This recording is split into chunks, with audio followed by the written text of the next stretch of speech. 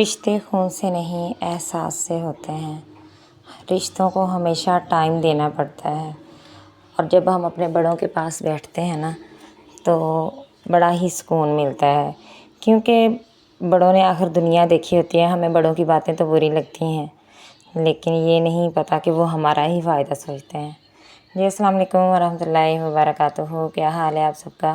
امید کرتی ہوں کہ آپ بالکل ٹھیک ہوں گے۔ الحمدللہ میں بھی بالکل ٹھیک ہوں۔ صبح کا ٹائم ہے، میں سارے کمرے کی جو ہے نا ڈسٹنگ کر رہی ہوں۔ اس کے بعد میں نے کہا کہ میں جلدی جلدی جو ہے نا جہاں جہاں چیزیں رکھنے والی ہیں ساری جو ہے وہ چیزیں رکھ لوں۔ ہسبینڈ کے بھی جانے کا ٹائم تھا، ان کو بھی جلدی جلدی جو ہے وہ کھانا بنا کے دیا کہ کھانا کھا لیں۔ انہوں نے آج جلدی جانا تھا کیونکہ آج انہوں نے دکان کھولنی تھی، کیونکہ نا بھائی جو تھے ان کو کوئی ضروری کام تھا اس لیے۔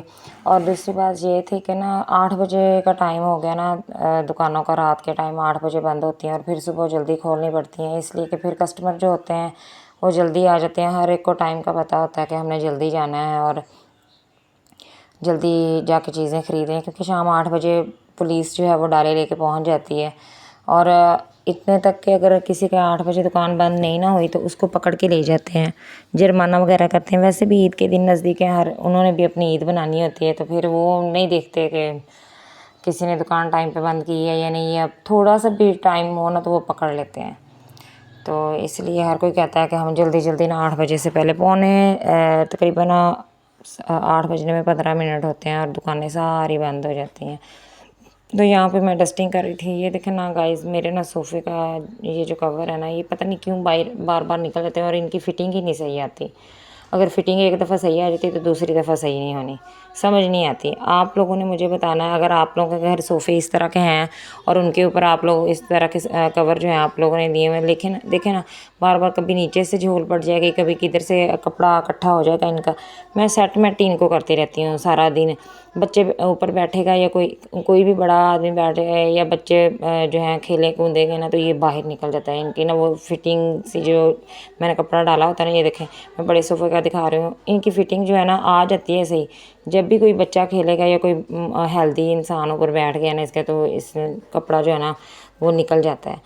تو بڑا میں تنگ ہوتی ہوں ان کی وجہ سے، سارا دن مجھے اس کو سیٹ میٹ ہی کرنا پڑتا ہے، کیونکہ ظاہر بچوں والا گھر ہے، بچے کھیلتے بھی ہیں، روکتی بھی ہوں کہ گھر کی ڈسٹنگ رکھا کریں، صفائی رکھا کرو۔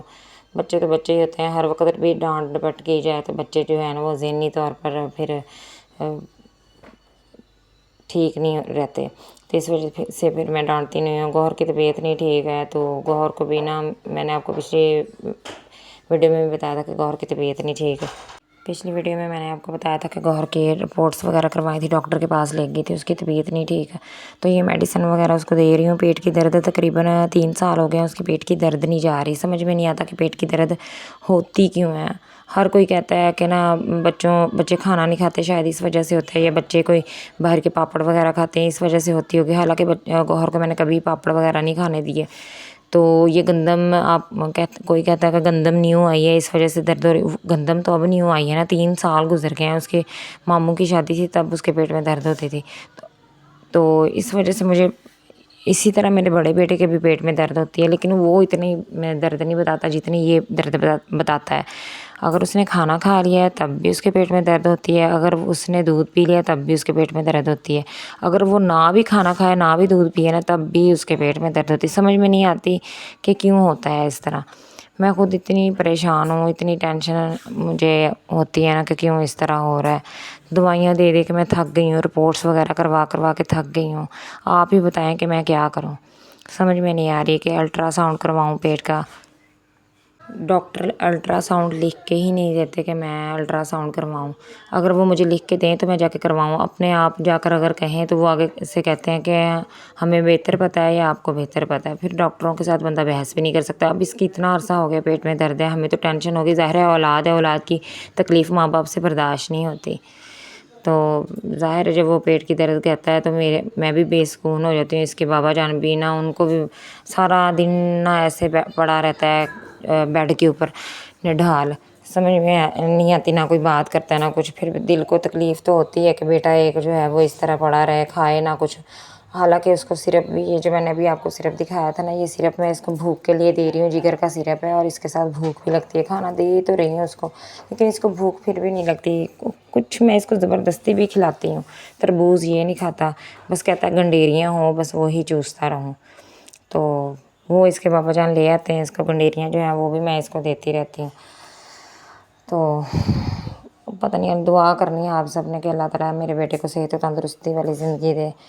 تو انسان کا نہیں دل کرتا کہ اس کا بچہ بیمار ہو، بلکہ ہمارا تو دل ہی ایسا ہے کہ میں کہتی ہوں کہ کسی کے بھی بچے کو، کسی کی ماں کو، کسی کے بیٹے کو، کسی کی بہن کو، کسی کے بھائی کو بیمار دیکھوں نا، تو وہ تکلیف مجھے خود محسوس ہوتی ہے، مجھ سے نہیں برداشت ہوتی کسی کی بھی تکلیف۔ خدا نے دل ہی الحمدللہ ایسا بنایا کہ کسی کی تکلیف نہیں برداشت ہوتی۔ میں جتنا اپنے سے میں کسی کی مدد کرنا چاہوں نا تو میں کر دیتی ہوں، اگر میرے پاس ہے تو میں مدد ضرور کرتی ہوں۔ یہ میں شو نہیں مار رہی نا، میں یہ کہہ رہی ہوں کہ میرے پاس اگر ہے نا تو میں لازمی اس کی ہیلپ کروں گی، اس کو خالی نہیں موڑوں گی۔ اگر کسی نے میرے آگے سوال کیا ہے نا، اگر میرے پاس ہیں تو میں نے لازمی اس کی ہیلپ کرنی ہے، یہ نہیں کہ میں اس کو منع کر دوں گی، کیونکہ وہ اللہ کے نام پہ مجھ سے مانگ رہا ہے تو میں اس کو ضرور دوں گی۔